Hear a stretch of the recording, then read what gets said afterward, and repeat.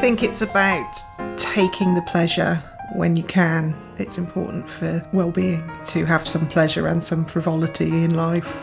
There's a lot for the senses to process and enjoy. It's not telling you what to think, so your experience is your own.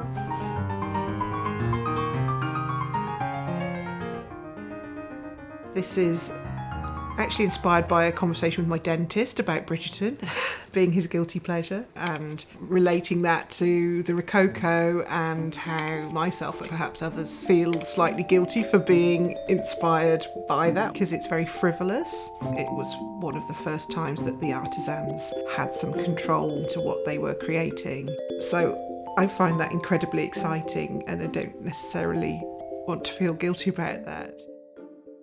And this is the project, not guilty pleasures. You know, there's quite a few sort of drawings trying to work through things. This is from the Wallace collection. I looked at palettes, how to interpret the palette, how the colour might work, recipes, test pots, just testing. And I ended up glazing that piece.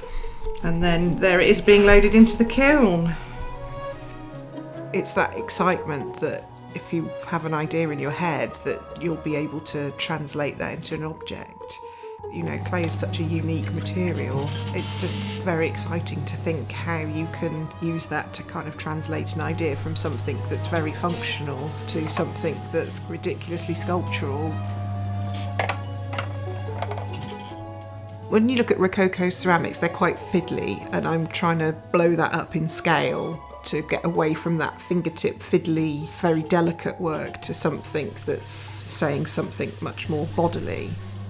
It's quite organic, it's not symmetrical, so the eye has to really work because things aren't reflected. It's not quite what you expect, and I think it's that unexpectedness that's quite exciting. There's a kind of curiosity to a form.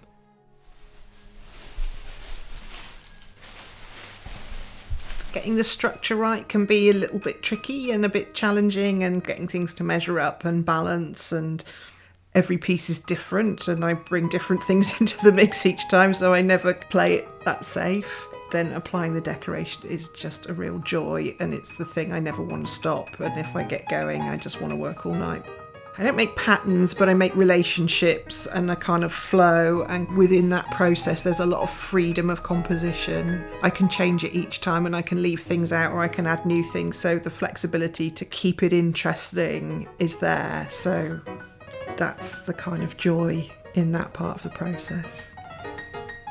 We're all aware of things that are difficult and challenging and what's happening in different parts of the world, but we also have to have some joy as well to be able to function alongside that. So it's kind of that balance, isn't it? And that's what I find exciting.